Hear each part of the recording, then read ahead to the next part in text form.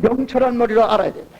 이사야 28장 14절. 말이 우리는 사망과 은혜였고 음부와 능력이었으니 넘치는 재앙이 유행할지라도 우리에게 미치지 못하니 우리는 거짓으로 우리 피난처를 삼았고 허리 아래 우리를 숨겼습니다 하는도다.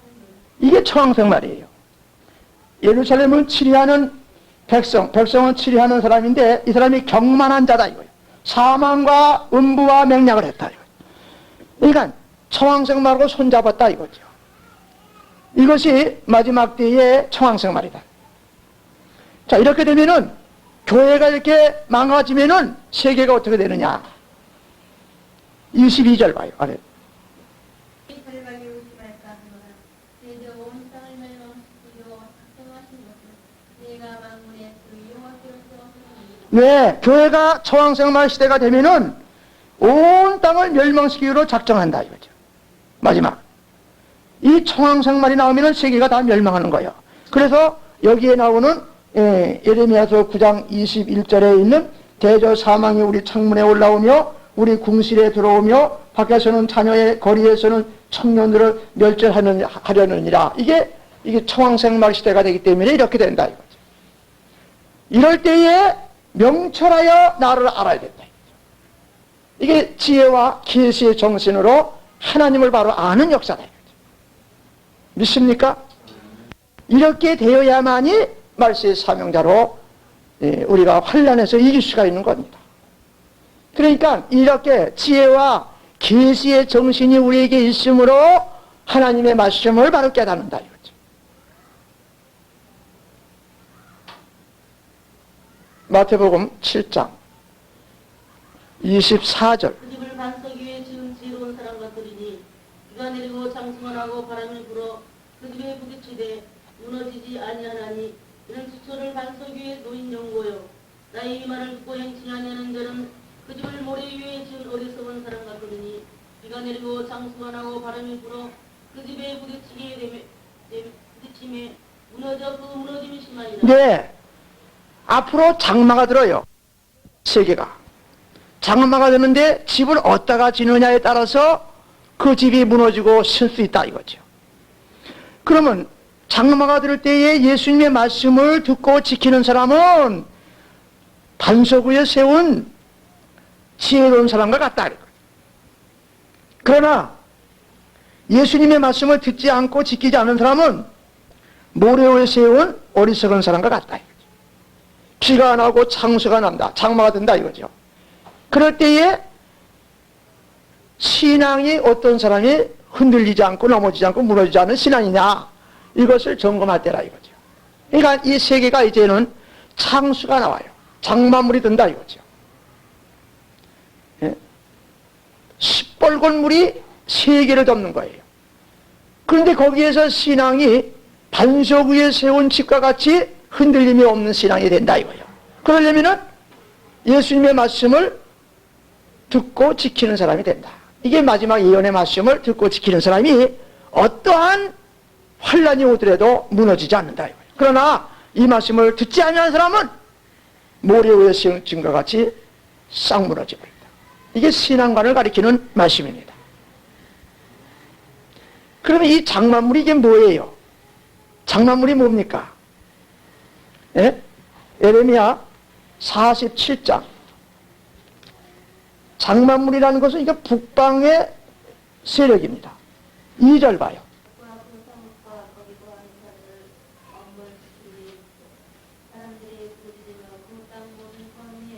자, 북방에서 일어나 창이라는 시내를 이룬다 그랬어요. 이 북방의 환란이죠. 세계가 장마물을 든다는 것은 이게 북방 환란이 세계적으로 온다 이거예요. 참 이게 무서운 겁니다. 공산주의가 다 된다 이거예요. 세계가 다. 공산주의를 이길 수 있고 멸공사상을 가지고 있는 사람은 예수님의 말씀을 듣고 지키는 사람인데 반석 위에 세운 신앙이라 이거예요. 오늘날 우리들이 증거하는 예언의 말씀을 마음판에 새긴 사람만이 반석 위에 세운 신앙이 된다 이거죠. 이게 북방의 환란입니다. 네? 장마물같이 몰려오는 거예요, 세계가. 그러니까 전3년 만에 가서는요, 이렇게 장마물같이 많은 여기에서 말세의 사명자를 특별히 보호해줘서 하나님께서 이 역사를 일으키고 하나님의 백성을 찾게 하고 들림받게 하는 거예요. 이것이 전3년 반에서 이루어지고, 사명자가 들림받으면은 이 세계가 이제 전부가 이제 용의 입에서 물이 나와서 꽉 채우는 거예요. 요한계시록 12장 4절 보세요.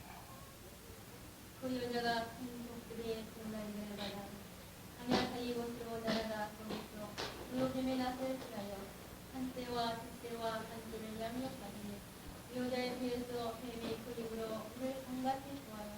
여자를 물에 떠나려 하게 하려 하니 땅이 여자를 도와 그 입을 벌려 용의 입에서 산 강물을 삼키니. 자 보세요. 15절에 나타나는 것은 그 여자의 뒤에서 뱀이 그 입으로 물을 강같이 토한다. 이게 장마물이에요. 이게 여자들이 물이 떠내려가게 한다. 토하여 여자를 물에 떠내려가게 하려 하되 땅이 여자를 도와 그 입을 벌려 용의 입에서 토한 강물을 삼키리니. 이것은 예배처에 보호하는 사람을 말하는 겁니다. 그러나 그 나머지는요, 이게 한때 두때 반때 후 3년 반이거든요. 이것은 전부 그 입으로 용의 입에서 나오는 그 물로 강같이 토해버리는 그 세계가 된다. 이것이 장마물이라 이거죠. 이사야 8장 5절 보세요. 밖에서 하시는 내게 일러 가라사대 이 백성이 삼천이 부르는 실로와 물을 버리고 묘심과 르말리아의 아들을 기뻐하나니 그러므로 주여 내가 유명하고 상당 큰 아수르 왕과 그의 모든 위력으로 그들 위에 덮을 것이라. 그 모든 모래 차고 모든 언덕에 넘쳐 불러 유다에 들어와서 창이라고 모기까지 미치리라. 임마누엘이여 그의 펴는 날개가 내 땅에 편만하리라 하셨습니다. 네, 여기 임마누엘이여 그의 펴는 날개가 네 땅에 편만한다. 이게 천년세계거든요. 그 전에는요, 이 세상 모든 사람들이 은혜를 받지 아니하고 르신과 르말리의 아들을 기뻐하니까 내가 흉용하고 창이란 큰 하수 곧 아수르 왕과 그의 모든 위력으로 그들 위에 덮을 것이라 이거든요. 그러니까 장마물은 뭐냐 하면은 아수르다. 아수르의 북방 세력이다 이거죠. 그리고 임마누엘이여 하는 천년세계 오기까지에 그 물이 흘러 유다에 들어와서 창이라고 목에까지 미친다 이거죠. 물이 목에까지 올라오는데 이거 껐다가 죽기 직전 아닙니까? 이렇게 돼버리고 말아요, 이 세계가. 이럴 때의 예언의 말씀으로 지키는 사람은 반석 위에 세운 직과 같다 이거예요.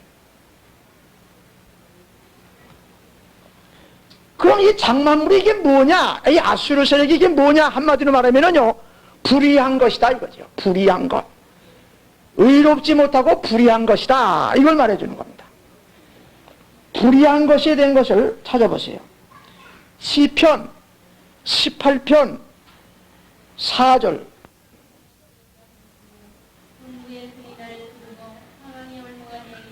네, 사망줄이 나를 얽히고 불의의 창수가 나를 두렵게 하였다. 그러니까 이 장마물, 붉은 장마물이라고 하는 건 이건 불의한 것이다 이게요. 불의의 창수다. 그러니까 예언의 말씀을 안 받은 건 다 불의예요. 그러니까 예언의 말씀을 반대하는 사람들은 전부 장마물이라 이거죠. 다 거기에 수장이 될 사람들이죠. 이걸 말해주는 거죠.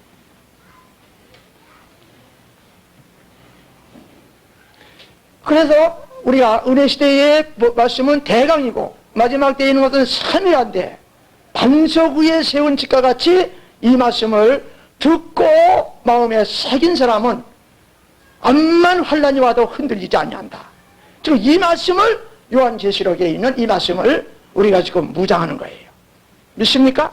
그러므로 여러분 자신의 신앙이 이 환란 날에 신앙으로 굳건히 쓰고 여러분을 통해서 가족이 구원받고 교회가 구원받고 민족이 구원받고 세계 인류가 구원받는 이 지름돌의 길이라 이 말이죠.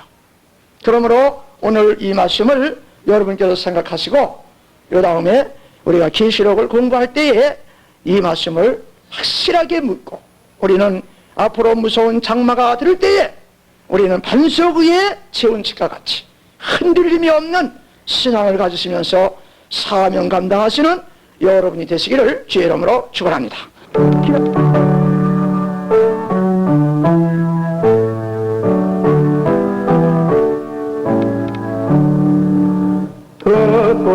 대속하신 구주께서 구름 타고 오실 때 천만 성도 함께 모여 주의 뒤를 따르네.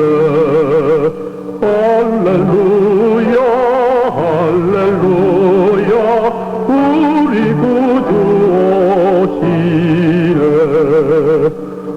엄숙하신 주의 위풍 모든 사람 배울 때 주를 팔고 십자가에 못을 박은 자들이 슬피 울고 가슴 치며 참매 지어 뵙겠네.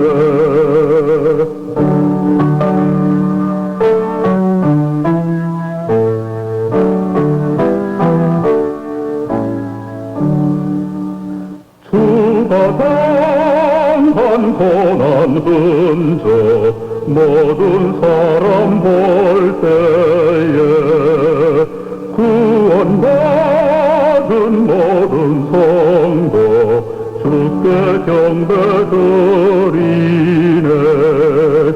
할렐루야 할렐루야 주님 다시 오시네.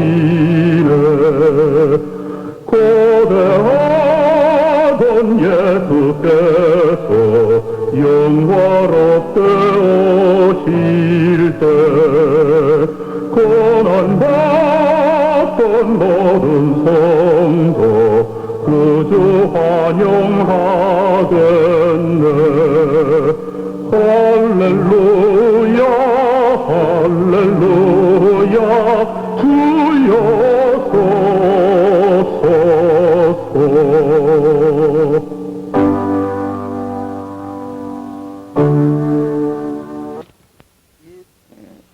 요한계시록 1장은 예수 그리스도의 완전 계시, 첫째 계시의 내용과 목적 1절로 3절, 둘째 문안과 기원 4절로 7절, 셋째 밤모섬에 요한에게 임한 주의 명령 8절로 11절, 넷째 주님의 모습과 일곱 별의 비밀 12절로 20절입니다. 요거 1절에서부터 7절까지 누구 읽어봐 주세요.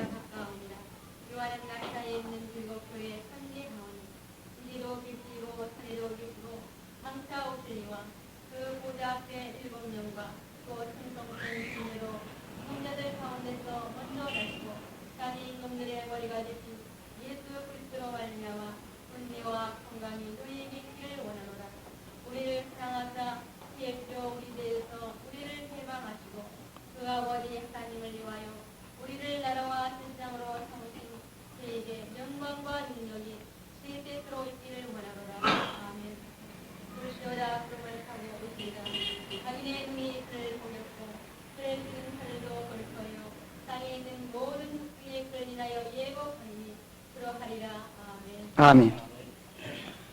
예, 요한계시록 1장에 있는 말씀은 밤모섬에서 사도 요한이가 계시를 하나님께서 천사를 통해서 보여주실 적에 거기에 나타나는 그 모습에 계시의 그 내용과 목적을 1절로 3절로 보여줬습니다.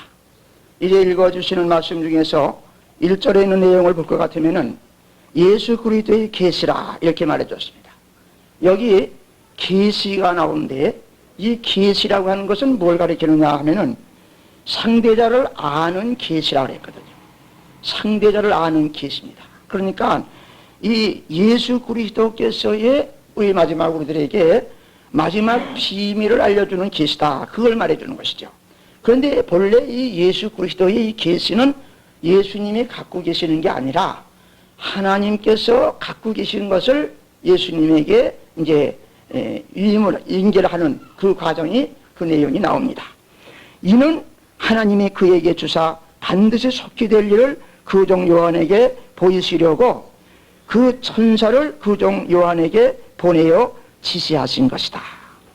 그러니까 예수 그리스도의 그 계시가 나오죠. 이거 본래 하나님이 갖고 계시는 역사라고 여기 내용에 말해줬습니다. 그러면은 먼저 그 예수 그리스도의 계시라는 것은 이 신약에 와서 누구에게 보여줬으며 이것이 어떠한 하나님의 말씀이냐 하는 것을 우리들이 한번 성경을 통해서 찾아보려고 합니다. 먼저 사도 바울에게 하나님께서 세계의 이방의 사도로서 부름 받았을 때에 이 사도 바울에게 그 계시를 보여주는 예가 있는 것입니다. 그래서 은혜 시대에 정통적인 신앙은 뭐냐 하는 것은 계시로 말미암아 알게 되는 역사다 이렇게 말해줬죠. 또 베드로 역시도 계시로 말미암아 알았다 이렇게 말해줬습니다. 그러므로 예수님이 이 땅에 오신 후부터는 이미 은혜 시대의 증인에게 계시로 보여줬고 이 말세의 증인에게도 계시로 또 보여주는 역사다. 이것을 여기서 알려주시는 말씀입니다. 우리가 성경을 한번 찾아보겠습니다.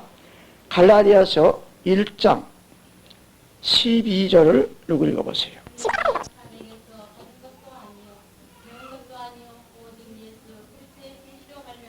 네, 이 사도 바울이가 자기의 복음을 전하는 이 사명은 이건 내가 이 복음을 전하는 것은 사람의 뜻으로 따라 된 것이 아니라 그랬거든. 또 사람에게서도 받은 것도 아니라 그랬어요. 또 배운 것도 아니라 오직 예수 그리스도의 계시로 말미암은 것이다. 이 계시로서의 전하는 복음이라는 것을 확신을 한 겁니다. 그래서 이 사도 바울은 예수 그리스도의 계시를 자기가 받았기 때문에 이 말씀이 자기가 전하는 게 확신을 가지고 있는 거예요. 자신만만하게 말하는 겁니다. 그래서 갈라디아서 1장 7절에 있는 말씀을 보면은 다른 복음은 없나니 그랬거든요. 자기가 계시 본 거 이거 외에는 다른 게 없다는 거예요. 그러니까 자기가 전하는 이 복음이 표준을 삼은 거예요. 그래서 다른 복음은 없다. 다만 어떤 사람들이 너희를 요란케 하여 그리스도의 복음을 변하려 함이라 이렇게 말해줬어요. 그러니까 사도 바울이 당신이 증거하는 말은 당신의 확신을 가지면서 이거는 예수 그리스도의 계시로 받았기 때문에 내가 이거 최고다 이거죠. 확실하다 이거죠. 그래서 은혜 시대의 정권 대사는 바울에게 맡긴 거예요. 그걸 말해줬습니다. 만일에 자기가 계시를 받은 거 외에 다른 거 전하면은 저주를 받는다 그랬거든. 거기 갈라디아 1장 8절 읽어보세요.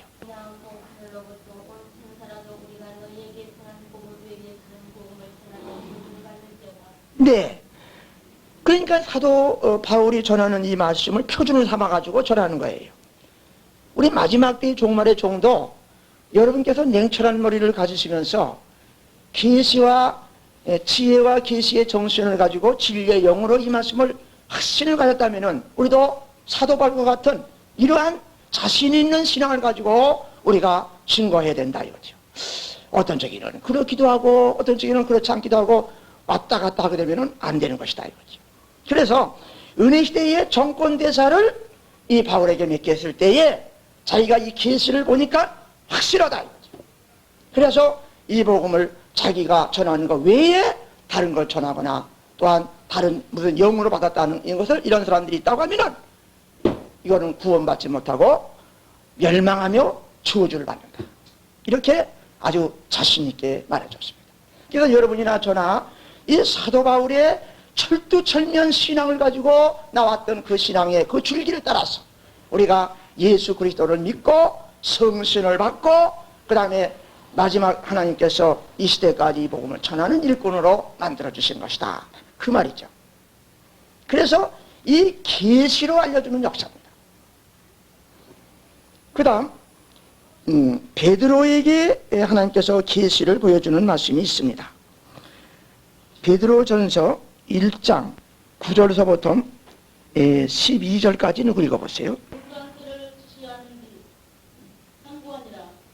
이 섬긴 바가 자기를 위한 것이 아니요 너희를 위한 것이니 계시로 알게 되었으니 이것은 하늘로부터 보내신 성령을 힘입어 복음을 전하는 자들로 이제 너희에게 구하는 것이요 천사들도 살펴보기를 원하는 것입니다. 자, 여기 이 사도 바울이 아주 베드로가 말하는 것도 이게 아주 정확하게 확신을 말하죠. 자기가 연구해보고 상고해봤대요. 그리고 이 하나님께서 어느 시 어떠한 때를 지시하시는지 이걸 잘 상고해봤는데 이것은 너희를 위한 것임이 계시로 알게 되었다고 했거든요. 계시로 알게 되었으니 이것은 하늘로부터 보내신 성령을 힘입어 복음을 전하는 자들로 이제 너희에게 고한 것이요 천사들로 살펴보기를 원하는 것이라. 그러니까 이 마지막에 이 계시로 알려주는 것은 성령을 힘입으로 알았다. 성령을 힘입음으로 알았다. 이 사도 바울도 성령의 힘입음으로 예수 그리스도의 계시를 받았다. 그리고 이 베드로 역시도 성령을 힘입음으로 계시로 알았다. 이렇게 말해줬거든요. 이 두 가지를. 그러면 이 말씀이 이게 무슨 말씀이냐 하면은 예배소 1장 17절에 있는 이 말씀을 말해주는 거예요. 성령을 인침을 받음으로 말미암아 지혜와 계시의 정신을 주어서 하나님을 알게 한다. 이게 이 말이에요. 이 말을 이렇게 말해주는 것이다. 이걸 보여줬습니다. 우리들도 이 마지막에 예수를 믿고 성신을 받죠.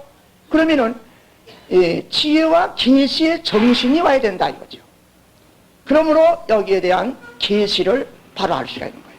그 지혜라는 게 이게 뭐냐 하면은 이 성령의 그 지혜를 가리키는 거거든요. 계시라고 하는 것은 이건 비밀, 묵시 이걸 말해요. 이거를 아는 계시를 정신을 주는다 이거죠. 그러니까 우리의 정신이 비상한 컴퓨터 같이 돼버리는 거예요. 이게 마지막 때의 종들에게 주시고자 하는 약속이고 시대적인 종에게 알려주는 역사입니다. 자, 은혜 시대에는, 율법 시대에는 자, 성령을 받아가지고 성령의 입에서 말한 대로 말하게 됐지만 은혜 시대에 와서는 성령의 역사로서 이 정신의 작용을 움직인다 이거죠. 그래서 그 계시를 보는 게 이게 예수 그리스도의 계시다. 그 지혜를 아는 게 이것이 마지막 예언의 지혜다 이거죠. 이것을 우리들에게 알려주는 역사다. 이것을 우리들에게 보여주시는 바입니다. 그래서 이 계시는 이 마지막 때에 택한 종들에게 보여주는 역사인데 지금 마지막 때에 이 요한 계시록이라고 하는 이 계시를 알릴 수 있을진대는 우리들도 이제 지혜와 계시의 정신을 받아가지고 이 비밀을 깨달아야 되고 그 역사가 일금령의 역사요 진리의 성령의 역사다. 이거를 보여줬습니다. 마태복음 11장 27절 읽어보세요. 모든 것을 내게 주셨으니 아버지 외에는 아들을 아는 자가 없고 아들과 또 아들의 소원대로 계시를 주는 자 외에는 아버지를 아는 자가 없느니라. 네, 계시를 받는 자 외에는 아버지를 아는 사람이 없다고 그랬거든요. 그러니까 하나님을 아는 사람은 계시를 안다 이거죠. 이 계시를 통해서 하나님을 바로 아는 거예요. 그러니까 아들과 또 아들의 소원대로 계시를 받는 자 외에는 아버지를 아는 자가 없다 그랬거든요. 그럼 우리들이 이 계시록을 공부하는 거는 아버지를 아는 거거든요. 하나님을 아는 거예요. 왜 예수를 믿는 것도 우리가 하나님의 자녀가 되는 가운데서 예수님의 말씀을 믿을 때에는 하나님을 아는 거예요. 믿는 거예요. 이거를 우리들이 알아야 됩니다. 그래서 이 계시라고 하는 것은 받는 자 외에는 모른다 이거죠. 그래서 이 요한계시록에는 성령이 교회들에게 하시는 말씀은 귀가 있는 사람은 들으라는 그 내용이 성령의 역사로서 지혜와 계시를 주겠기에 그 역사를 말하는 겁니다. 그래서 성령을 받은 사람은 반드시 지혜와 계시를 줬기 때문에 성령이 교회들에게 하시는 말씀은 지혜와 계시의 정신이 있는 사람은 들어라, 그 말이죠. 그렇기 때문에 우리들에게는 이 예수 그리스도의 그 계시를 반드시 받는 자 외를 모르는 것, 반드시 바로 받아야 된다 이거죠. 그러면 이 계시에 연관되는 이 역사는 진리의 영이라 이거죠. 반드시 이게 따라가야 돼요. 인간의 지혜는 마지막 때는 없게 해준다고 그랬거든요. 그러니까 반드시 인간의 모든 것을 없애버리고 거기에 진리의 성령이 우리에게 와서 지혜와 계시의 정신으로 우리 생각을 작용하고 움직인다. 이러한 종이 마지막에 나오기를 기다리고 있다는 것을 우리들이 보여야 됩니다. 그래서 그 계시를 통해서 하나님의 말씀을 깨닫게 되는 겁니다. 요한복음 12장 48절. 온 나의 한 마리 맑은 날에 저를 심판한다. 내가 내 사어로 말한 것이 아니요 나를 보내신 아버지께서 나의 말한 것과 이르기를 이 명령하였습니다. 네, 이 말씀이 계시가 이 말씀입니다. 나의 한 말이 마지막 날에 저를 심판한다고 그랬거든요. 예수님이 하시는 말이 마지막 날에 심판한다는 것은 이게 절대성 아닙니까? 사도 바울의 정권 대사와 같이 절대적인 거예요. 예수님 하시는 말씀이. 내 말을 듣지 않고 내 말을 저버리는 사람은 심판하는 게 있는데 내 말이 마지막 날에 저를 심판한다. 그러니까 예수님의 말씀이 심판의 복음이라 이거죠. 그러면 예수님께서 말씀하시는 그 말씀이 어떠한 말씀이냐는 게 49절에 있는데 내가 자의로 말한 것이 아니요 아버지의 명령이라 그랬거든요. 그 예수님은 심부름꾼이라 그 말이에요. 이게 계시다 이거죠. 사도 바울이 말하는 것과 똑같은 것이다 이거죠. 그래서 예수님이 이 땅에 오시는 것은 하나님의 명령을 가지고 내려오는 이 역사가 계시를 보여주는 겁니다. 요한복음 5장 20절 읽어보세요. 그가 아들에게 보이시고 또 그보다 더 큰 일을 보이사 너희로 기히 여기게 하시리라. 네. 이봐, 하나님께서 예수님에게 정권을 다 맡긴 거 아닙니까? 여기 보니까 20절에 보니까 아들을 사랑하기 때문에 자기의 행하시는 것을 다 아들에게 보이시고 또 그보다 더 큰 일을 보이사 너희로 귀히 여기게 한다. 그리고 22절에 보니까 아버지께서 아무도 심판하지 아니하시고 심판은 다 아들에게 맡기셨다. 이게 하나님의 정권을 예수님이 맡아서 일하는 거예요. 그 역사가 요한계시록에 여기 나오는 이 말이라는 거죠. 그러니까 이제 사도 요한이가 계시를 볼 적에 이런 과정을 자기가 이렇게 목격했지만은 이미 예수님이 이 땅에 오심으로 그 정권을 이음받고 오시는 분이다. 그래서 아버지의 계시를 받는 자 외에 아버지를 알 사람이 없다 이렇게 말해주는 거예요. 그래서 이 계시는 먼저에 이런 하나님이 그에게 주사 그런 거예요. 이게 맡긴 거니까 하나님 갖고 계셨는데 그에게는 예수님에게 주사 반드시 섞게 될 일을 그 종들에게 보이시려고 반드시 섞게 될 일이라고 그랬거든요. 이 반드시 섞게 될 일이라는 것은 뭐냐면은 이미 작정된 일을 반드시 섞게 되는 겁니다. 누구를 통해서 작정되었느냐 하면은 예언자, 선지자를 통해서 그 말씀이 작정되어 있는 말씀이다. 그걸 말해줬죠. 그러니까 반드시 섞게 될 일이라는 것은 이것은 때가 되면서 되면은 이루어진다는 거. 이미 작정되어 있는 그 말씀을 반드시 섞게 될 일이라는 것을 보여줬습니다. 그러면은 반드시 섞게 될 일이 작정되어 있는 게 뭐냐? 이것을 성경을 찾아보겠습니다. 이사야 10장 22절 보세요. 나도 남는 자만 돌아오리니 넘치는 고기도 해멸이 작정되었습니다. 네, 회멸이 작정되어 있습니다. 그러니까 회멸이 작정되기 전에 하나님의 백성을 남은 자만 돌아오게 한다. 이렇게 말해줬어요. 이게 이미 작정되어 있는 일이다 이거죠. 23절 보세요. 온 세계 위에 국가를 인도하시고 네, 보세요. 이것이 이미 작정되었은 즉 하나님께서 온 세상 중에 끝까지 행하신다. 이것이 하나님께서 마지막 반드시 속히 될 비밀이다. 이걸 말해줬습니다. 그래서 이것이 동방역사에서 일어나는 과정이에요. 그렇기 때문에 이 속히 될 일이라는 것은 은혜시대가 끝나고 나서 전 3년 반 안에 이루어질 그 역사가 속히 될 것인데 이것이 계시다 이거죠. 이걸 보여주는 말입니다. 이사야 14장 24절로부터 27절까지 있는 말씀을 읽어보세요. 만군의 여호와께서 맹세하여 가라사대 나의 생각하는 것이 반드시 되며 나의 경영하는 것이 반드시 이루리라. 내가 아수르 사람을 나의 땅에서 감하며 나의 산에서 가나안에 내리니 그때에 그의 멍에가 이스라엘에게서 떠나고 그의 짐이 그들이 어깨에서 벗어질 것이라. 이것이 온 세계를 향하여 정한 균형이며 이것이 열방을 향하여 편선이라 하셨나니 만군의 여호와께서 명령하셨은즉 누가 능히 그것을 대하며 또 손을 펴셨은즉 누가 능히 그것을 이루리랴. 네, 우리 하나님께서 나의 생각한 것이 반드시 된다. 나의 경영한 것이 반드시 이룬다고 그랬거든요. 하나님께서 생각하시고 경영하시는 게 뭐냐면은 이게 동방역사입니다. 속히 될 일이라 이거죠.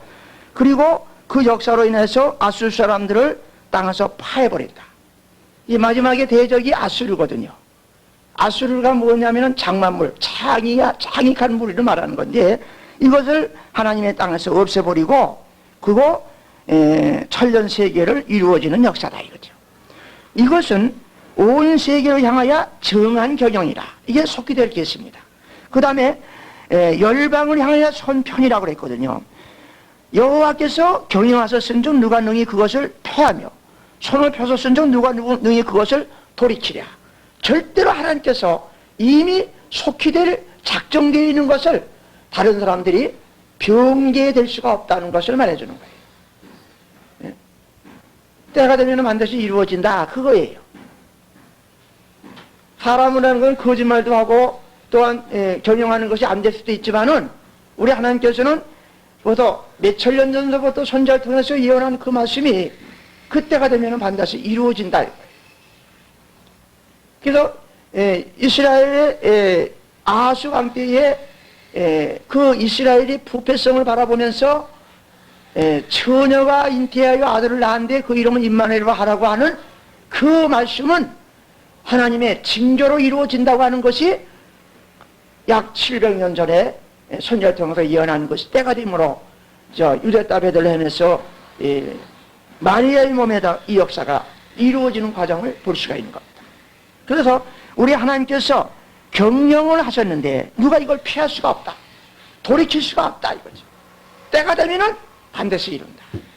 그랬어요. 비록 더딘다 하더라도 기다리라고 했거든요. 하박국서 2장 3절. 네, 이게 속히 될 계시입니다. 속히 될 일입니다.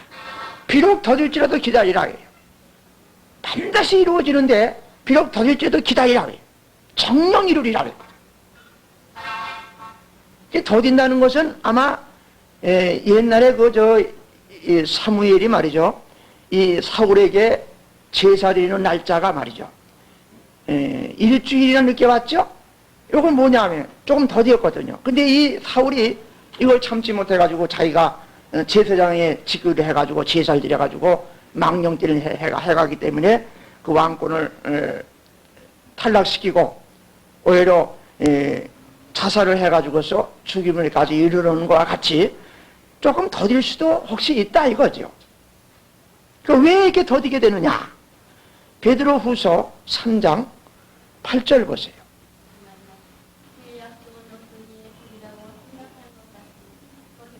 이 내용을 보면은요, 천년이 하루가 천년같이 하나님께서 기다리신다는 겁니다.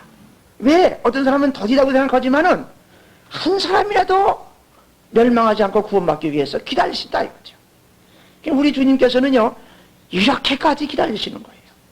참 얼마나 감사합니까? 우리가 육적 이스라엘 민족들의 그 행동을 보십시오. 하나님의 사랑을 그렇게 받고도 하나님을 대적하고 오히려 하나님 앞에 원망하고 그 다음에 바빌론에게 70년 동안 포로에도 망하고 다시금 들어와서 성전을 지었고 살았는데도 또 우상 섬기고 간음하고 하나님을 얼마나 괴롭혔습니까? 이것이 육적 이스라엘 민족의 행한 것이 아니라 오늘날의 20세기에 예수 믿는 사람들의 행동의 그림자예요. 그때 그게. 그런 사람을 하나님께서 하루가 천년같이 천년이 하루같이 기다리신다 이거죠. 이 하나님의 이 광대한 사랑 왜 이렇게 참고 기다리느냐? 어떤 사람은 더딘 것 같지만은 한 사람이라도 구원하기 위해서 멸망하지 않기 위해서 이렇게 하신다는 것입니다. 그러나 더디더라도 반드시 속히 된다 이거죠. 더디더라도 꼭 이루어지고 만다. 이것이 이게 반드시 속히 될 일이라 이걸 말해줬습니다. 그 종들에게 보이시려고 이 종들은 누구냐 하면은요 이 아시아의 일곱 교회 사자들이 종들입니다. 아시아의 일곱 교회 사자는 마지막 때의 첫대 교회의 주의 종들에게 가리키는 말인데 그 종들에게 보이시려고 그랬거든요. 이게 보인다는 게 눈을 뜨는 것을 말하는 겁니다. 그렇죠? 눈을 본다는 건 눈을 뜨는 거예요. 보이시려고 그 천사를 그 종 요한에게 보내어 지시하신 것이라. 천사를 요한에게 보냈다 이거죠. 그러니까 일곱 교회들에게 알리기 위해서 사도 요한을 대표로 보여주는 역사다 이거죠. 그러니까 사도 요한이가 천사가 말하는 것을 눈으로 확실하게 보아가지고 그 본 것을 일곱 교회 사자들에게 편지로 알려주는 역사다 이거죠. 그러면 눈으로 본 것을 말해주는 것이 이것이 진리입니다.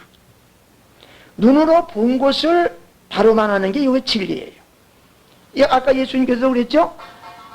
내가 자유로 말하는 것이 아니라 아버지께서 나에게 말하는 명령이라 그랬거든요. 그러니까 예수님께서도 당신이 자유로 말하는 게 아니라 하나님께서 명령하신 것을 보고 얘기한 것이다. 요한복음 3장 32절 보세요.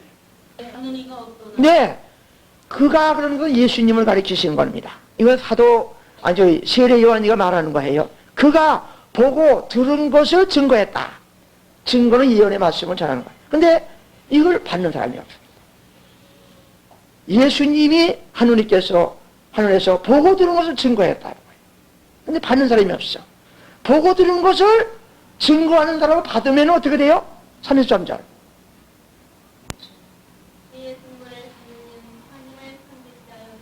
그렇죠. 받는 게 문제예요. 보고 들은 것을 받는 사람이 전하는데 그걸 받는 사람이 인치는 사람이라고 했거든요. 그러니까 우리는 반드시 보고 들은 거 이게 비밀입니다. 이것이 진리입니다. 자, 요한복음 18장 37절. 네 말같이 내가 왕이니라. 내가 이를 위하여 났으며 이를 위하여 세상에 왔나니 그 진리에 대하여 증거를 함이로다. 네. 자, 예수님께서 당신이 말씀하시기를 내가 이를 위해서 났고 이를 위해서 왔다 그랬거든. 뭐냐? 곧 진리에 대해서 증거하라. 사도 요한, 세례 요한이가 그가 보고 들은 것을 증거한다는 말과 똑같은 거죠. 그러니까 진리를 증거하러 왔다 이거죠. 이 말씀이 보고 들은 것이 진리다 이거죠. 그래서 예수님이 이 땅에 오시는 것은 은혜와 진리가 충만하다 하는 이 말씀을 가지고 이 땅에 오시는 겁니다. 그래서 은혜의 역사는 베드로, 진리의 역사는 이 계시를 통해서 pat모섬에는 요한에게 눈으로 떠서 보게 했다. 그래서 그 종 요한에게 보내어 지시하신 것이다. 그래서 천사가 나타나서 이제 요한에게 이제 무대에 서서 연극배우와 같이 움직이는 것을 눈을 떠서 잘 본 것이다. 그러니까 초림주로 오실 적에도 눈을 뜬 사람만이 초림주를 영접했죠? 그 누굽니까? 동방박사 세 사람이라. 이 사람은 하늘의 이상한 별을 보고 경배하러 온 겁니다. 그러니까 마지막에는 눈을 떠야 된다 이거죠. 눈을 뜨지 못하면은 이걸 모르는 거예요. 그러면 어떤 사람이 눈을 뜨는 거예요? 눈 뜨는 것은 어떤 사람이냐? 신의 성품으로 자란 사람이 눈 뜬 거예요. 베드로 후서 1장 4절 보세요.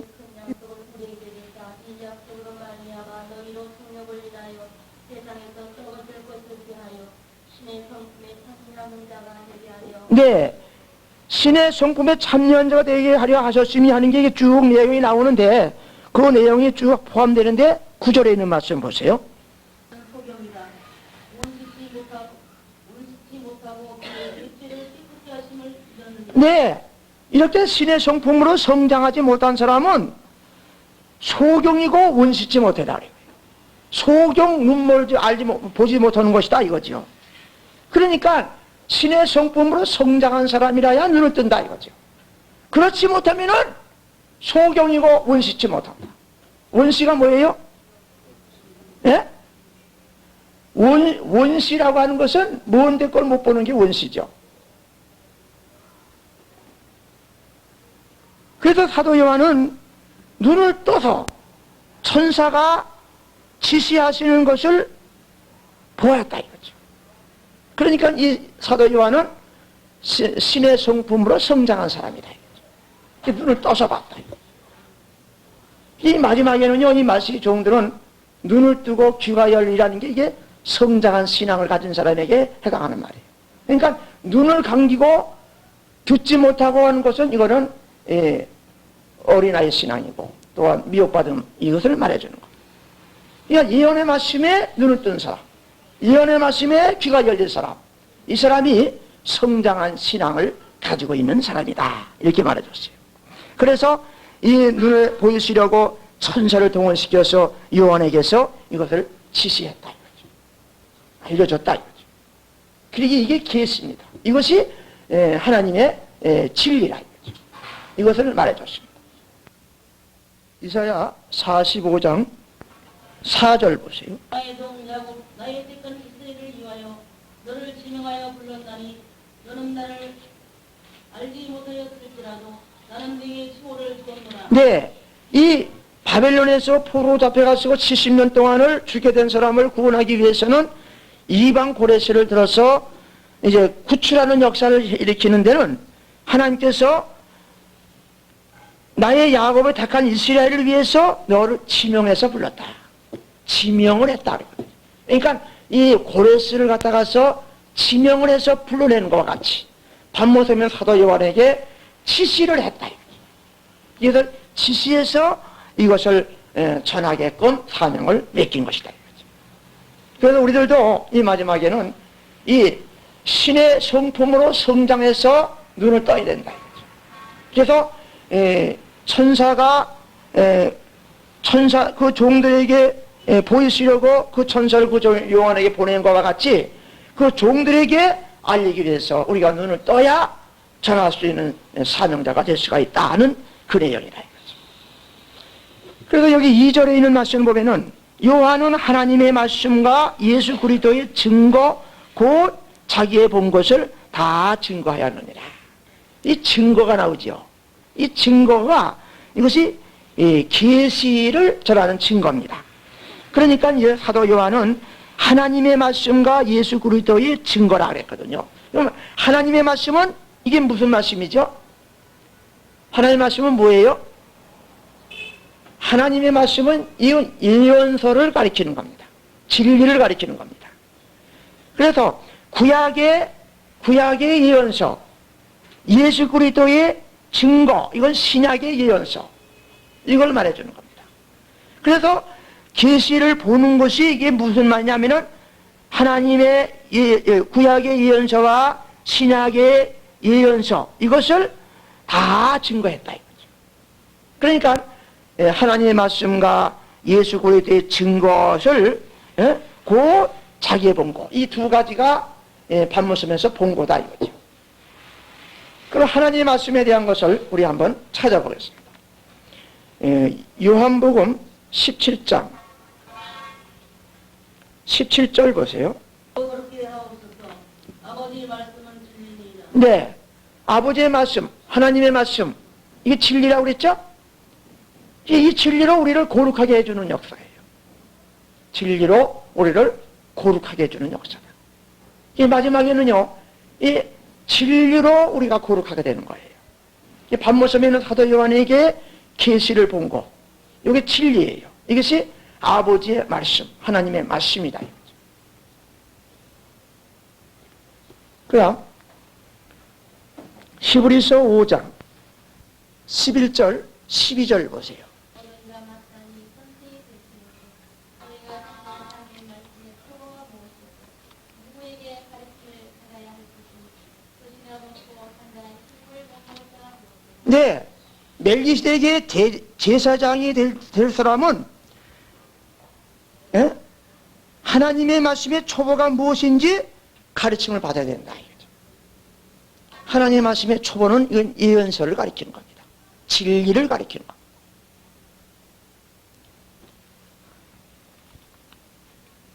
그리고 예수 그리스도의 증거라고 하는 이 증거는 아까 요한복음 3장 32절에 있는 이 증거다 이거죠.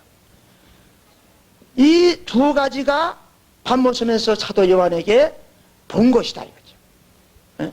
밤모섬에서 천사를 통해서 본 것이다 이거죠. 이거 말하는 거예요. 그럼 이 두 가지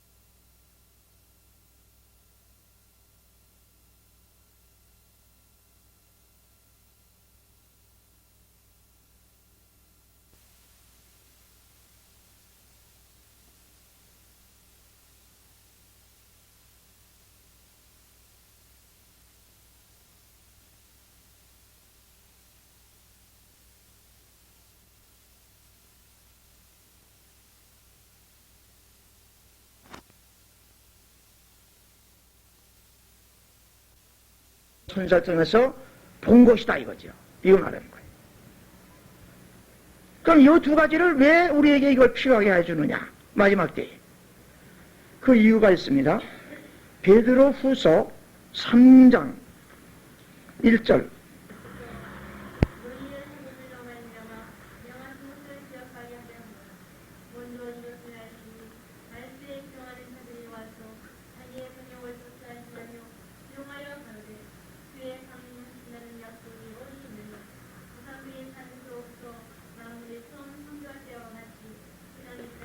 네, 기롱자가 마지막 때에 나올 적에 하나님의 말씀을 변개시키려고 하는 세력이 나오므로 우리는 이 말씀으로서의 무장을 해야 된다는 것이 나오는 겁니다. 그러면은 그때는 거룩한 선지자의 예언한 말씀과 이게 하나님의 말씀이죠. 구약에. 그리고 주대신 구주께서 너의 사도들로 말미암아 명하신 것이라. 이것은 예수 그리스도의 증거지요. 이거 신약의 예언서다. 이것을 기억을 해라 이거예요. 어디에 기억해요? 사상에 기억해라 이거죠. 이게 짝을 맞는 겁니다. 구약과 신약의 예언서를 머리에 기억을 해라 이거죠. 그걸 말해줬죠. 그래야 기록자들에게 미혹을 받지 않는다. 그 말이죠. 믿습니까?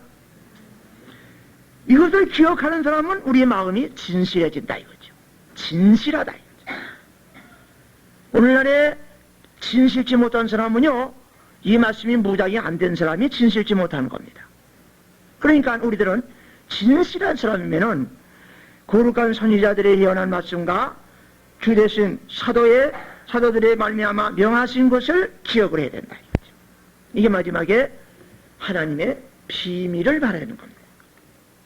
요한계시록 10장 7절.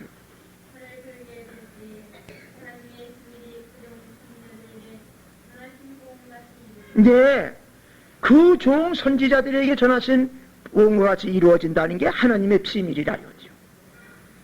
그래서 구약의 예언서와 신약의 예언서 합하는 게 하나님의 비밀이에요. 그것이 구약 선지자들이 전하신 복음과 같이 다 이루어지는 역사다. 이걸 말해줬는데 이 반모섬에는 사도 요한이가 다 자기가 본 것을 증거한다 이거죠. 증거했다. 이걸 말해줬습니다. 그래서 우리들도 이 예언서는 구약에 있는 선지서, 신약에 있는 이 예언서, 이 말씀을 짝을 맞춰서 전하는 게 이게 예수 그리스도의 계시요 정통적인 말씀의 정권대사라 될 수가 있다 이거죠. 사도 바울과 같이. 그리고 우리들이 이거 전하는 이 말씀이 이게 표준이 돼야 된다 이거죠.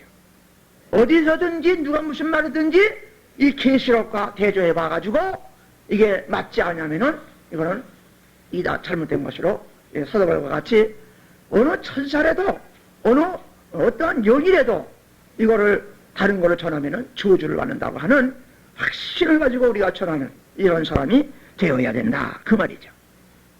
그래서 반모섬에는 사도 요한이가 그 자기가 본 것을 다 증거했다 이거죠. 이게 요한계시록 전체적인 것이다 이거죠. 이건 다 증거하는 것. 자기가 본 것을 증거해. 그러니까 자기가 성장하지 아니하고 영혼의 눈을 뜨지 아니하고서는 증거할 수가 없는 것이다 이거죠. 그래서 우리들에게 이것을 뚫을 수 있는 이러한 인격을 진리의 영, 기름 부음을 받아야 이걸 볼 수가 있다. 이걸 말해줬습니다. 다시 말하자면 진리에 속해야만이 이것을 알 수가 있는 것이다. 이걸 말씀해 주는 것이죠.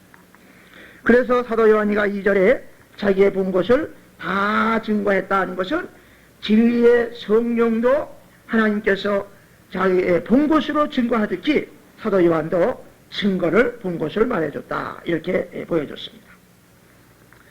예레미야 23장 18절.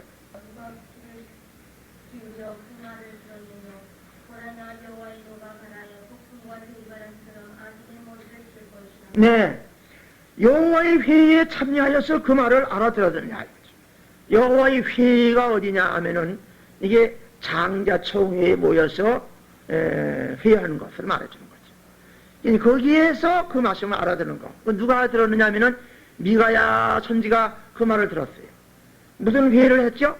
영들이 모여가지고 아방을 어떻게 하면 죽이겠느냐 이럴 때 한 영이 내가 거짓말 영으로 와서 선자 입에 들어가게 했나이다. 그래서 거짓말로 예언해가지고 길르앗 라못에 가서 아합을 죽이겠나이다 이렇게 말한 것을 미가야 선지가 그때 당시 아합왕이라든가 모든 선자들에게 얘기를 할 때에 다른 선자들이 양 뺨을 때려가면서 너는 하나님이 계시고 우리 하나님 어디 갔더냐 하면서 그를 호통을 치고 이렇게 된 것인데 이 미가야 선지는 참된 선지자가 회의에 참석해서 그 광경을 목도로 해서 바른 것을 말해줬다 이거죠. 이게 마찬가지로 마지막 때에서도 이 요한계시록에 나타나는 이 비밀을 성장한 신앙으로 눈으로 보고 귀로 들으면서 확신을 가지고 전하는 사람이 증거자인데 반모섬에는 사도 요한이가 확신을 가지고 다 증거했다고 이렇게 말해준 겁니다.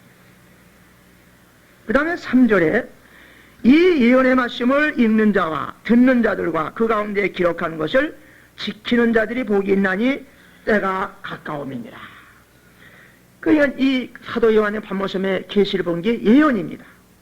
3절에 가서는 그게 예언이라고 나왔거든요. 그러면 이 예언이 어떠한 예언이냐 하면은 더 확실한 예언이야. 더 확실한 예언. 이 등불과 같은 예언이다 이거죠. 등불과 같은 예언은 더 확실하다고 그랬거든요.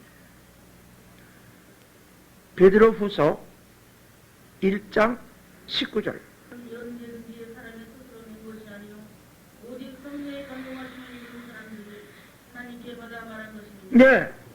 더 확실한 것은 이 사도 요한이가 본 거 외에는 확실한 게 어디 있어요? 예, 이것이 등불이야 이거죠. 더 확실한 것은 등불이다. 이렇게 말해줬습니다. 근데 이 예언을, 예? 이 예언의 말씀을 읽는 자, 예? 이 말씀을 읽는 자, 듣는 자, 그 가운데 기록한 것을 지키는 자들이 복이 있다. 좀 읽는다는 건 눈을 떴다는 걸 말하고, 듣는다는 것은 성령이 교회들에게 하시는 말씀은 귀가 있는 사람은 들을지어라는 걸 말하고, 지키는 사람은 그 말씀대로 신앙생활을 행하는 것을 지키는 것이라고 말하고, 이런 사람이 복이 있다는 겁니다. 무슨 복이냐? 영생의 복이다. 영생의 복을 받는다. 그걸 말해줬습니다. 그러면 이런 사람, 이것을 지키고 복이 있는 이 사람은 어떠한 데 속한 사람이 되느냐 하는 것은 이 사람은 성장한 신앙이 되기 때문에 하나님께 속하였다. 이걸 말해줬습니다. 요한복음 8장 47절. 하나님 말씀을 듣나니 너희가 듣지 아니하면 하나님께 속하지 아니하였으니. 네, 하나님께 속한 자는 하나님의 말씀을 듣는다. 너희가 듣지 아니하면 하나님께 속하지 아니함이다. 아직 여기서 예수님께서 딱 설명한 거예요. 왜 안 들었을까요? 네 애비가 뭐예요? 마귀 있기 때문에 못 듣는다. 깨닫지도 못한다. 알지도 못한다. 그러나 하나님께 속한 자는 하나님의 말씀을 듣는다. 그래서 이 사람은 읽고 듣고 지키는 사람은 하나님께 속한 사람이다. 이거죠. 예수를 믿는 사람 중에서요, 이 요한계시록을 읽고 듣고 지키는 사람이 없다고 하면은 이건 하나님께 속한 사람이 아니에요, 전부가. 이걸 우리가 알아야 돼요. 예수를 10년, 20년 목회 생활을 갖다가 평생을 하셨다 하더라도 이 마지막 때의 예언의 말씀을 읽고 듣고 지키지 못한다면은 하나님께 속하지 아니하고 마귀에게 속해 있는 사람이라 그 말이에요. 믿습니까? 요한일서 3장 10절로 12절 보세요.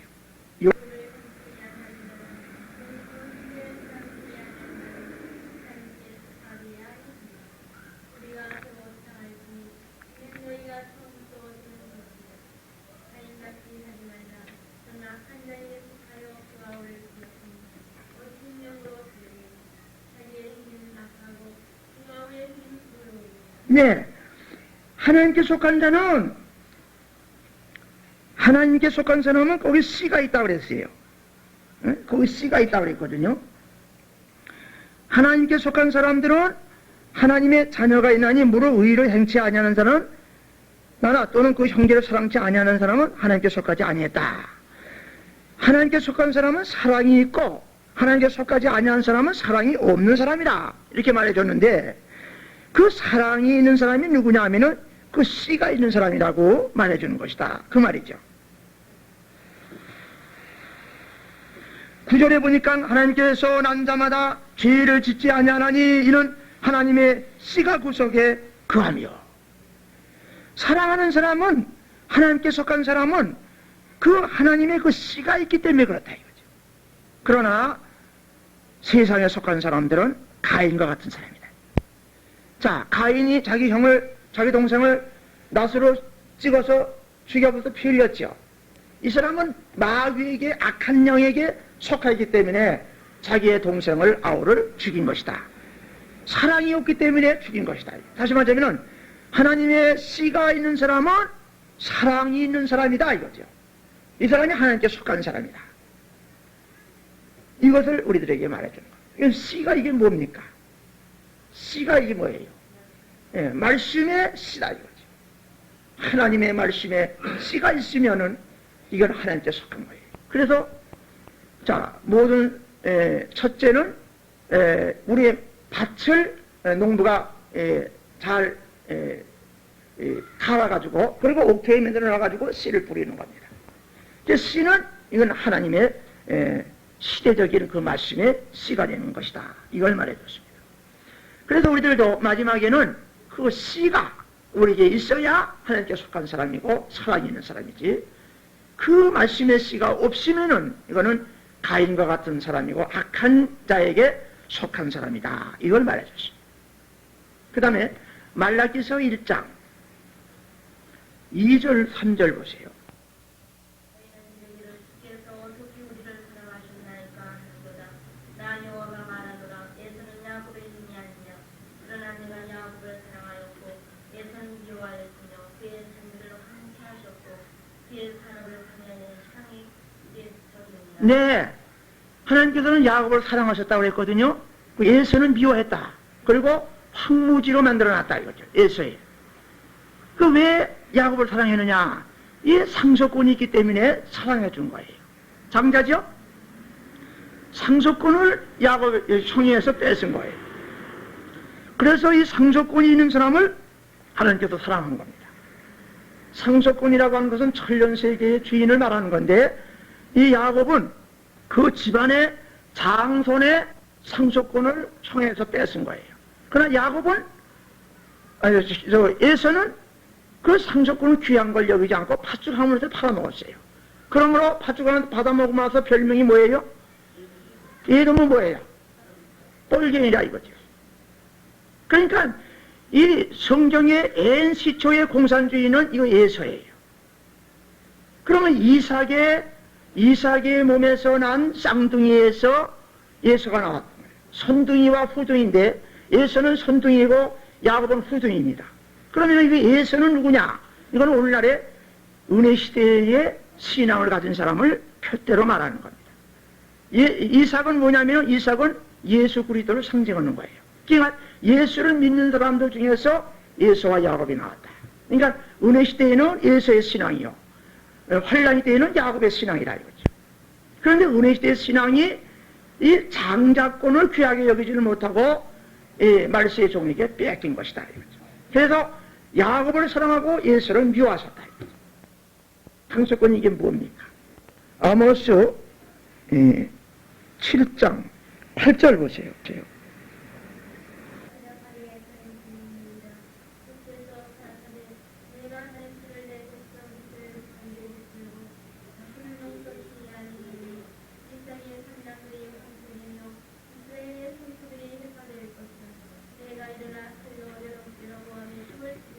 네, 달인줄이 이 백성 이스라엘 가운데 베풀면은 용서가 없는 겁니다.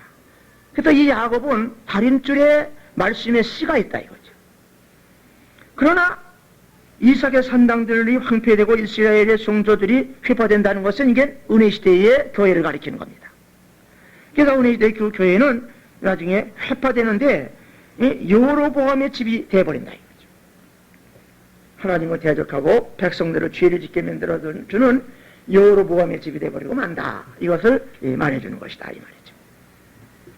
그래서 이 마지막에는 하나님께 속한 사람들은 이 말씀을 듣고 하나님께 속하지 않은 사람들은 악한 자에게 속하기 때문에 이 말을 안 듣는다고 그랬습니다. 그래서 가인과 아벨이 나왔고 그 다음에 에서와 야곱이 나온 것이다 이걸 말해줬죠. 자, 이렇게 되는 마지막 때의 역사는 어떤 걸 보고서 하나님께 속하느냐 안 속하느냐 알 수가 있느냐 하면은 요한일서 4장 6절 보세요. 네, 하나님께 속한 사람은 하나님의 말씀을 듣는다 그래요. 하나님께 속하지 않는 사람은 우리의 말을 안 듣는다 이거죠.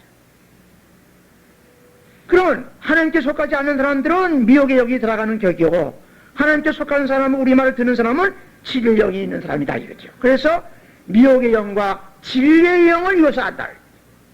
이 말씀을 안 들으면은요, 이건 미혹의 영이 받은 거예요. 암만 목사 학박사로 하더라도 장로, 집사, 큰 업적을 내리는 뭐 총회장이라 하더라도 이 예언의 말씀을 받지 않으면은 그 사람의 속에 미혹의 영이 있다는 거예요. 그러나 평신도요 보잘것없는 사마리아 사람과 같은 사람이 이 말씀을 100% 아멘을 받아들고 꾸시영지 받아먹는 사람은 그 속에는 진리의 영이 있다는 겁니다. 이걸로서 분별할 수가 있다. 이것을 말해줍니다. 그래서 이 요한계시록을 들고 설교를 하며 모든 사람에게 전도하면은 어떤 사람은 100% 받아들이고 어떤 사람은 안 받아들이는 거, 이걸 벌써 알곡과 쭉지를 갈라놓는 이러한 시대예요. 이상하지. 이 복음 받으면은요 어떤 사람들은 은혜로 깊이 들어가고 어떤 사람들은 아주 그냥 강팍해지고 반박해가지고 더 악해지고 이렇게 된 사람들이 구별이 되는 거예요. 어떤 사람이 이 말세 보고 요한계시록만 들어도 그냥 골치가 아프고 말이야. 상대도 말하려고 그러고 아주 그냥 모으려고 이런 사람들이 있습니다. 그 사람들의 속에는 진리의 영이 있지 않고 미혹의 영이 있기 때문에 그렇다. 그러나 무명의 사람, 아무것도 아닌 사람, 창기와 같은 사람이라도 이 말씀 들으면은 100% 받아들이고 애쓰고 노력하는 사람이 있는데 그 사람 속에는 진리의 영이 있기 때문에 이 말씀을 알 수가 있다. 그래서 예수님께서 그랬죠. 무릇 진리에 속한 사람은 내 소리를 듣느니라 그랬거든요. 그러니까 진리에 속한 사람만이 이 말씀을 들을 수 있는 자격이 있다는 겁니다. 성령이 교회들에게 하시는 말씀은 진리에 속한 사람은 들어라, 그거예요. 귀가 있는 사람 들으라는 게. 그러니까 마지막에 예수님께서 뭐라 그랬어요? 이 세상 끝에와 주님이 임하실 때에는 무슨 징조가 있사오리까 할 때에 첫 번에 말하기는 뭐예요? 사람의 미혹을 주의해. 이건 미혹으로 사람을 통해서 온다. 아이고, 여기서 이 말씀을 공부하다가 이제 우리 여러분의 교회 가가지고 목사님들 얘기해 보죠. 생소한 말이거든요. 미혹을 하지 마. 해버랑 그래요. 그래야 안 그래요? 사람이 미혹을 주의하라는 게 이게 마귀는 사람을 통해서 들어오는 거예요. 마지막. 그렇기 때문에 우리들이 이 말씀을 어떤 사람은 참 이상화되는 거죠. 왜 이 복음을 전하게 되면은 모두들 왜 거부 반응을 할까? 왜 안 들을까? 이게 참 좋은데 왜 안 들을까? 이런 사람들이, 나도 그렇죠. 저도 그래요. 이걸 전하는 이 말씀이 얼마나 귀합니까? 저는요 이 복음을 이렇게 전해도요 하루에 성경 안 보면 못 살아요. 밥을 안 먹어도 성경을 봅니다. 그냥 갔다 와서 성경표 보고 그 다음에 또 내가 뭐 쓰는 거 자꾸 쓰고 그렇게 해야 되고, 그리고 또 기도를 또 해야 이것이 이 말씀이 자꾸 이 마음에서 살아나와요. 조금만 태만하게 되면은 캄캄해요. 그냥 이걸 참 보면은 이상해요. 이게 영으로 진리의 영을 통해서 움직이는 역사입니다. 그러므로 이 말씀을 읽고 듣고 지키는 자가 복이 있다는 사람은 진리의 영이 그분 속에 계시기 때문에 이 말씀이 복이 있게 되는 역사입니다. 또 이사야 50장 4절 보세요. 나로 북한자의 말로 어떻게 보았는 줄 알게 하시고 아침마다 깨우시되 나의 길을 깨우시사 학자롭게 하지 않소서. 주 여호와께서 나의 길을 열으셨으므로 내가 고역지도 아니하며 피로 물러가지도 아니하며 나를 때리는 자들에게 내 손을 맡으며 나의 수용을 돕는 자들에게 나의 뺨을 맡으며 그에게 침뱉음을 파내고 내 얼굴을 소용이 아니하느니라. 네, 이 사람이 진리의 영에 속한 사람입니다. 완전히 말씀에 사로잡힌 사람들이야. 예? 학자의 귀를 열어서 학자같이 알아듣게 해달라는 거예요. 자, 이 학자같이 이 말씀을 알게 해달랄 때에는 내게 고역지도 아니하며 뒤로 물러가지도 아니한다 그랬고, 그 다음에 나를 때리는 자들에게 내 등을 맡기며 나의 수염을 뽑는 자들에게 나의 뺨을 맡기며 치욕을 침뱉음을 피하려고 내 얼굴을 가르지 아니한다. 암만 무슨 일을 하더라도 자기는 도와주지 않는다 이거죠. 왜? 내가 학자같이 이 말씀을 100% 알아들이고 무장했습니다. 자, 이러한 사람이 진리의 영이 그 사람에게 있는 겁니다. 아니, 조금만 사람인지라 감정이 나고 저 틀리면은 확 그만둬가지고 안 나고 그러죠? 이런 사람은 인간적으로 손해가 나더라도 안을 수가 없어요. 안 들을 수가 없고 이것을 거역할 수도 없다 이거죠. 자, 이 마지막 요한계시록에 있는 이 말씀은 자, 개인적인 문제고 이게 어느 교회의 문제입니까? 내 문제입니까? 이건 다 하나님께서 우리들에게 맡긴 사명으로서 이런 사명의 조끼에 이 말씀으로 우리들이 들을 수 있게끔 이런 모임에 우리에게 보내주시는 거예요. 그러면은 여러분이 지금 여러분의 사명 감당하는 게 이게 하나님의 일을 행하는 것이다 이거죠. 예? 최명 목사가 이거 전한다 해가지고 이게 내 일이 아니에요. 저는 이것을 나와 같은 사람들이 많이 생겨서 전국적으로 이게 퍼지고 세계적으로 퍼지기를 바라는 그 신령이다 이거죠. 그런데 이와 같이 적극적인 사람이 없는 것을 너무나 안타깝다 이거죠. 그래서 이 말씀을 읽고 듣고 지키는 자가 복이 있는데 때가 가깝다. 때가 가깝다는 것은 주님이 오실 날이 가까웠고 이제 영생의 축복을 받을 날이 가까웠다 이거죠. 그러니까 빨리 이것을 읽고 듣고 지켜라 이거죠. 때가 가깝지 않으면 이거 읽을 필요가 없습니다. 은혜시대 복음은 십자가의 피를 믿고 하나님의 자녀가 되면은 성령을 받아가지고 주의 일을 크게 하게 되면은 그 사람에게 천국에 가면은 상급이 있죠? 아주 간단한 거예요. 그 다음에 이 세상에서 성령이 충만해서 정말 최고의 영계까지 올라가지고 순교를 하게 되면은 이거 순교자의 반열에 쓰는 거 이게 최고의 영계 얼마나 쉽니까? 그러나 마지막에 때가 가까울 때에는 이 말씀을 읽고 듣고 지켜라. 그래야 영생의 축복을 받을 수 있다. 이걸 말해줍니다. 이것이 3절까지 있는 내용의 말씀입니다. 그 다음에 4절서부터는 요한은 아시아에 있는 7교회에게 편지하노니 이제도 계시고 전에도 계시고 장차 오실 이와 그 보호자 앞에 7영과 자 이제 사도 요한이가 문안과 기원을 올리는 가운데서 여기 4절에는 아시아에 있는 7교회에 대해서 말해줬습니다. 그러면 하나님의 마지막 오메가의 역사는 아시아에서 이루어지고 아시아에서 끝을 맺는 역사다 이거죠. 그러면 알파라고 하는 것은 처음인데 이것은 아시아에서부터 시작이 됐습니다. 아시아 서쪽에서부터 시작됐다 이거죠. 그럼 아시아 서쪽 끝에는 어디냐 하면은 이스라엘 나라가 아시아 서쪽에 끝에 잡고 있습니다. 아시아 동쪽의 끝은 어디냐 하면은 이것은 땅끝 땅모통이라고 했으니까 우리나라가 된다 이거죠. 그래서 아시아의 서쪽에 이스라엘 나라와 아시아의 동쪽에 땅끝에 땅모통이가 이것이 일맥 똑같이 되는 거예요. 서쪽에는 이스라엘, 동쪽에는 영적 이스라엘 이렇게 해서 연관이 되는 이런 가운데 있는데 반드시 아시아에서 알파와 오메가의 역사가 일어난다는 그 말씀이다 이거죠. 그래서 마지막에 에덴 동산을 회복하는 그 역사는 오메가 역사가 끝나게 될 때에 에덴 동산을 회복이 되는데 그러면 다 승리하게 되면은 무슨 노래를 부르죠? 승리의 개가를 부르는 게 이게 새 노래거든요.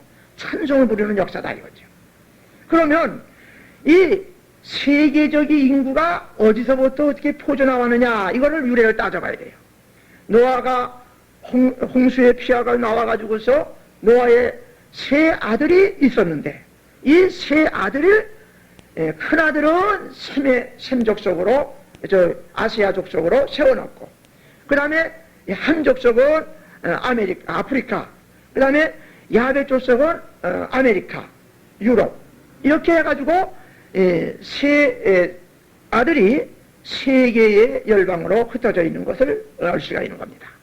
그런데 이 셈의 아들에게는 하나님께 찬송을 올릴지어다 이제 그렇게 노래가 나오는 겁니다. 한번 찾아보세요. 창세기 9장 26절 보세요. 하나는 셈의 종이 되고 하나님이 야벳을 창대케 하사 셈의 장막에 거하게 하시고 하나는 그의 종이 되게 하시기를 원하노라 하였더라. 네, 이 내용은 무슨 말이냐면은 노아가 말이죠. 이제 포도원을 경영하고 있는데 어느 날 술을 잔뜩 먹었어요.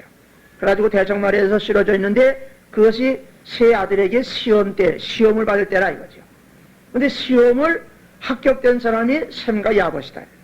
불합격된 사람이 이 함이라 이거죠. 이게 무슨 일이냐면 대청마루에 쓰러져 있는데 벌게 먹고 쓰러져 있을 때에 둘째 아들 함이 그 광경을 보아가지고 자기 형에게 얘기했습니다. 아버지가 포도주를 너무 많이 자셔가지고서 이와 같이 마루에서 하체를 내밀고 주무신 가운데 있다는 것을 숨을 봤습니다.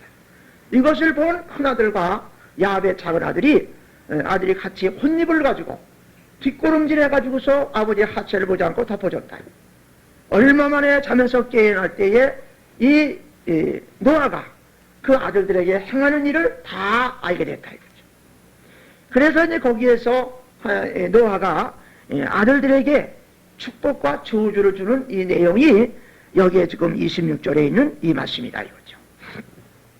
그리고 가나안이라고 하는 것은 이것은 한족속이죠. 이것은 아프리카 얼굴 꼬문 사람들은 저주를 받아 형제의 종들의 종이 되기를 원하노라 그랬거든요. 이것은 얼굴 까만 사람은 야벳의 종이 된다 이거죠. 이제 그것을 보여주는 말입니다. 그리고 셈에게에서는 하나님 여호와를 찬송하리로다 이거든요. 그러니까 하나님 여호와를 찬송하게 된다는 것은 마지막 대승리를 이루을 때에 승리의 계가를 부르는 역사다 이거죠. 그러니까 싸워가지고 이길 적에는 계가를 부르죠. 시편 5절 보세요. 승리로 인하여 계가를 부르며 우리 하나님의 이름으로 우리의 기도를 세우리니 여호와께서 내 모든 기도를 이루시기를 네, 너의 승리로 인하여 계가를 부른다 그랬거든요. 이게 찬송이거든요. 승리로 찬송 부르는데 이게 셈의 하나님 여호와를 찬송하리로다 그 뜻이에요. 그러니까 천년세계가 이 셈의 족속을 통해서 이루어진다 그걸 말했죠. 그래서 계시록 14장 3절에는 새 노래를 부를 자는 14만 4천 밖에는 이 노래를 부를 자격이 안 된다고 그랬죠. 그게 뭐냐, 이 14만 4천이 승리의 계가를 부르는 거예요. 그래서 이 14만 4천을 통해서 천년세계 에덴 동산이 회복되는 역사인데 하나님 여호와를 찬송하게 된다 이거죠. 그러니까 이 14만 4천이 어디서 나오냐, 해도는 데서부터 올라왔다 이거죠. 종들에게 인친다 이거죠. 이건 완전 승리를 셈의 하나님 여호와를 찬송한다 그랬거든요. 그리고 가나안은 셈의 종이 되고 그랬거든. 이제 이때 와서 이제 셈의 종이 되는 겁니다. 가나안은 셈의 종이 되고 하나님이 야벳을 장대케 하사 셈의 장막에 거하게 하시고 가나안은 그의 종이 되게 하시기를 원하노라. 가나안은 야벳은 창대케 한다. 지상 축복이다 이거죠.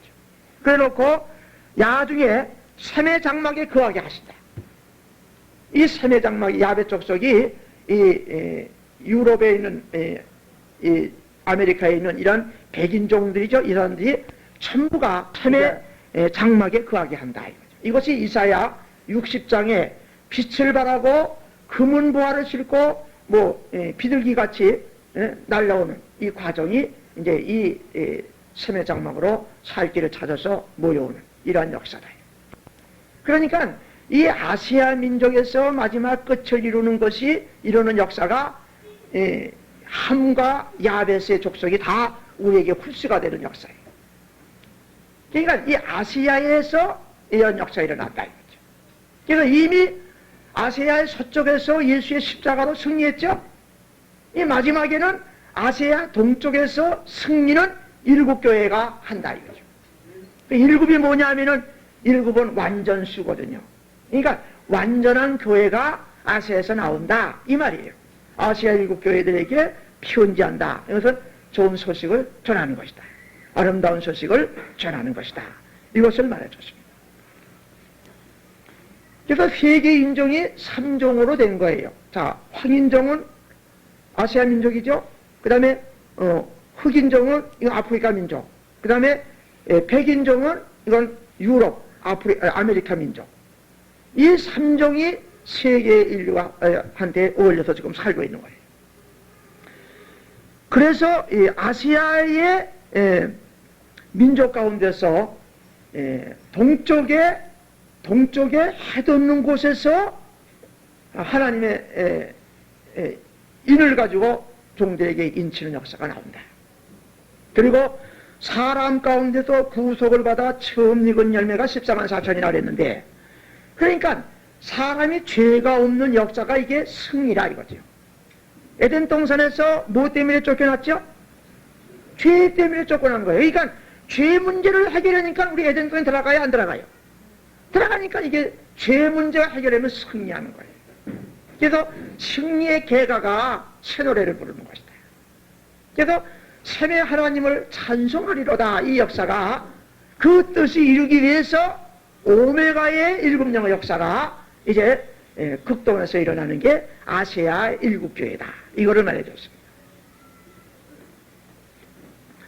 그래서 여기에 문안에 있어서 요한은 아시아에 있는 일곱 교회에게 편지한다는 것은 일곱은 완전수인데 완전한 교회다 이거죠. 완전한 교회다. 이 편지는 뭐냐면 소식이다. 무슨 소식이죠? 무슨 소식이에요? 예? 아름다운 소식이죠? 이사야 40장 9절에 아름다운 소식을 시온과 예루살렘에 전하는 자요, 너는 높은 산에 오르고 두려워 말고 외치라. 너의 하나님을 보라 하라 그랬거든요. 그럼 이 소식, 아름다운 소식을 일곱 교회들에게 전한다. 완전한 교회들. 그러니까 아시아의 극동에 있는 완전한 교회에게 이 아름다운 소식을 편지하노라, 전하노라 이걸 말해줬어요. 그러니 이제도 계시고 전에도 계시고 장차 오실리와 그랬거든요. 이제도 계시고 전에도 계시고 장차, 이게 알파가 오메가죠? 알파가 오메가이시다 이거죠. 그러면 이제도 계시다는 것은 뭐예요? 자, 진리의 성령으로 지금 계시는 거죠. 이제도 계시다는 것. 전에도 계시다는 것은 예수 그리스도의 육체의 몸으로 말씀이 육신인데 우리 가운데 거시는 예수 그리스도의 이름으로 계시는 겁니다. 이제도 계시고 전에도 계시고 장차 오실 자라 그랬거든요. 이건 제 이름으로 이 땅에 오시는 그 역사를 말하는 겁니다. 그럼 이 역사는 뭡니까? 이게 미래, 영혼을 가리키는 겁니다. 영혼을 가리키는 거예요. 그러면 이제도 전에도 알파와 오메가의 그 하나님은 어떠한 하나님이시냐 하는 것은 이분은 참된 신이다 이거죠. 참 신이다. 이것을 표현하는 말입니다. 이사야 44장 6절 보세요. 나는 처음이요 나는 마지막이라 나 외에 다른 신이 없느니라. 네, 나 외에 다른 신이 없다고 그랬거든요. 나는 처음이요 마지막이라 하면서 나 외에 다른 신이 없다고 그랬습니다. 그러니까 이분이 전에도 계시고 이제도 계시고 장차 오실 분이다 이거죠. 그러니까 참 신이다 이거죠. 참 신을 증거한다. 그러면 이 장차 오실 이분을 전하는 이 종이 어떠한 종이냐 하는 게 계시록 11장 3절의 두 증인이에요. 참 신을 증거할 수 있는 종이 이 사람이 계시록 11장 3절에 있는 두 증인입니다. 그럼 이 둘이라고 하는 이 숫자는 이건 어떻게 해서 나오느냐 하는 것을 우리가 한번 공부했는데 한번 또 찾아보세요. 요한복음 8장 17절. 내가 나를 위하여 증거하는 자가 되고 나를 부르신 아버지도 나를 위하여 증거하시느냐. 네, 율법에도 두 사람의 증거가 참되다 기록됐다. 이 두 사람이 증거하는 게 이게 참되다 이거예요. 그러니까 두 사람의 참된 증인이다 이거죠. 그걸 말해주는 겁니다. 그러므로 예수님께서 말씀하시기를 내가 증거하는 사람이 되고 내 속에 나를 보내신 아버지도 나를 위해서 증거하니 내 말이 내가 전하는 말이 이게 참되다 이거죠. 그와 마찬가지로 두 사람이 전하는 게 참된 증인이다.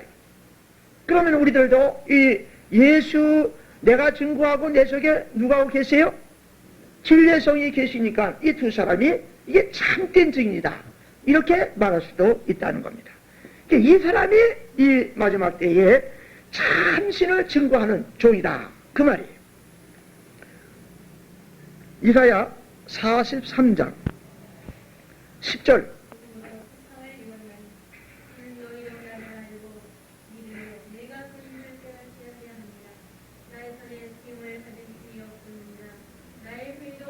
자, 이분이에요. 전에도 없고 후에도 없으신 참신을 전하는 사람은 너는 나의 증인이다. 에? 나의 종으로 택함을 입었나니 이는 너희가 나를 알고 믿었으며 그랬거든요. 참 신을 알고 믿었던 사람이 이 마지막에 참 증인이라 이거죠. 이 사람이에요. 그럼 그 사람이 뭘 가지고 증인으로 나옵니까? 뭘 가지고 나와요? 이사야 41장 1절 인격들아 힘을 새롭게 하라. 가까이 나오라. 우리하고 말하라. 우리가 가까이 하여 서로 변론하자. 네, 변론 가지고 나오는 거예요. 변론. 참 증인이 변론 가지고 나오는 겁니다. 변론이라는 게 말로 싸우는 거예요. 서로가. 예? 옳거니 그렇거니 싸우는 게 이게 변론이에요. 이게 쟁론이라고도 그러죠. 그러니까 우리가 성경의 진리의 영이 오면은요, 성경 66권을 다 알을 때에 쟁론이 되는 거고 변론이 되는 거예요. 이 변론을 할 때에 죄가 없어지는 겁니다. 그러니까 이 말씀이 여러분의 마음에 있으면은 변론자가 되면은 죄가 없어지는 거예요.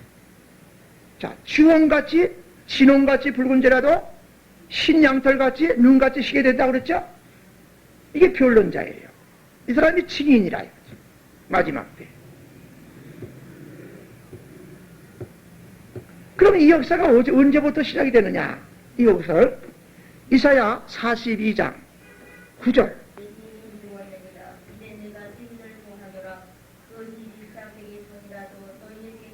네. 시작되기 전이라도 이게 전에 예언한 것이 다 이루어졌다는 게 은혜 시대가 끝나는 거죠. 그리고 이제 내가 너에게 새 일을 구하노라 그랬거든요. 그리고 그 일이 이루기 전에 미리 먼저 알려주는 역사다 이거죠. 그래서 장차 오실 그분을 증거할 수 있는 이 새 일의 역사, 이 역사가 은혜 시대가 끝난 다음에 일어나는데 그 역사가 일어나기 전에 일어나준다. 이 새 일의 역사가 두 증인의 권세받고 나오는 역사인데 그 전에 역사가 나온다 이거죠. 예, 가짜와 진짜가 막 섞여 나오는데 진리에 속한 사람만이 참된 진리를 찾을 수가 있지만 미혹의 영이 걸린 사람은 혼돈이 돼가지고서 헛된 수고가 돼버린다. 이거를 말해주는 것이다.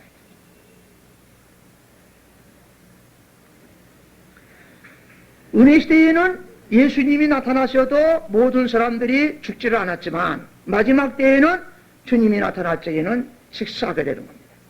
은혜 시대에는 죄를 용서하러 오셨지만 마지막에 주님이 올 때에는 죄를 어떻게 해요? 예? 심판하기 위해 오신다. 그러니까 은혜 시대에는 영광이 나타나지만은 나타나도 모든 사람들이 볼 수가 있지만 마지막에는 죄가 없는 사람이라야 주 앞에 간다 이거죠. 이사야 40장 5절. 네, 이 은혜 시대 역사예요. 모든 육체가 그것을 함께 본다. 여호와 영광이 나타나면서.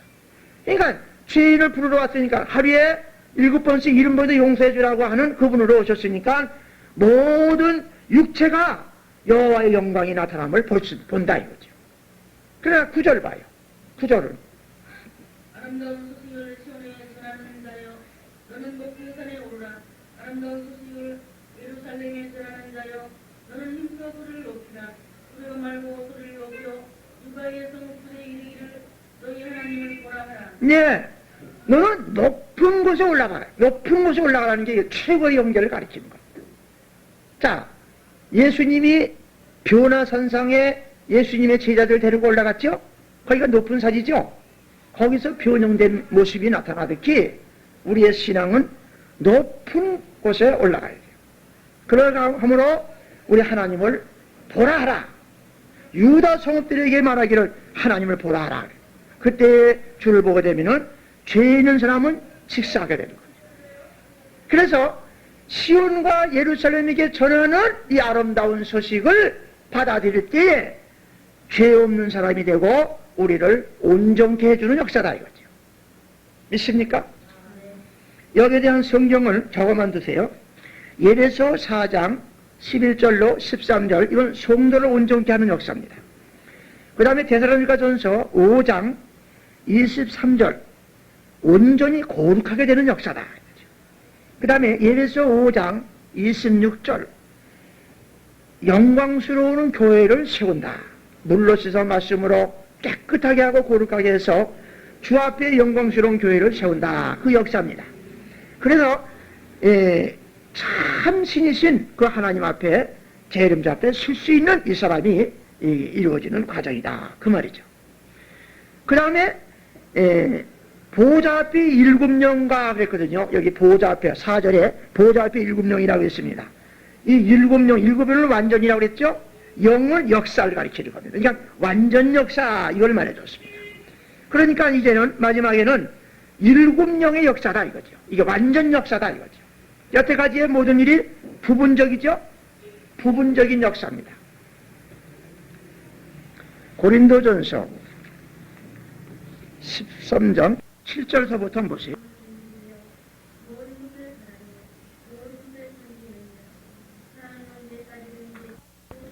네. 여태까지 우리의 성령 받은 것은 부분적으로 우리가 받아왔고 신앙생활을 한 겁니다. 성령의 9가지 열매가 있는데 어떤 사람들에게는 병 고치는 은사가 좋고 방언하는 사람이 있고 통변하는 사람이 있고 각자가 여러 가지 다르죠. 이게 다 부분적인 역사입니다.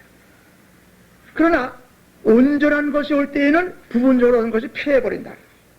온전한 것이라는 게 뭐냐면은 그 진리의 성령의 역사가 온전한 것을 말해주는 것이다. 그걸 말해줬습니다. 이것이 7영의 역사입니다. 그래서 완전 역사라는 것은 이 7영으로 우리의 죄를 없애는 거예요. 이 7영은 뭐냐 하면은 이건 7눈이라 그랬어요. 7영은 7눈이라.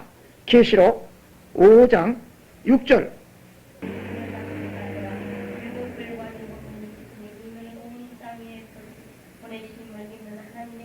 네, 7눈은 7영이라고 그랬거든요. 그러니까 이 7눈에는 하나 여호와의 눈인데 여호와의 눈은 이 7영이라 이거죠. 근데 왜 7영이 이 마지막 때에 여기 나와 오시게 하겠느냐? 그러면은 7영이 우리에게 오므로 우리의 몸에는 어떠한 현상이 일어나느냐 하는 그 내용은 우리가 알아야 되는 겁니다. 이사야 11장 1절로 2절 보세요.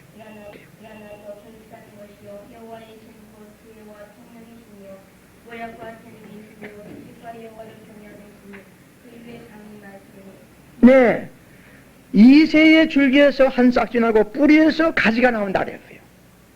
그분은 누구죠? 예수님이시죠? 근데 가지가 나온다고 그랬거든요. 근데 그 가지에서 결실을 한다고 그랬어요. 자, 나무의 결실은 가지에서 나오죠?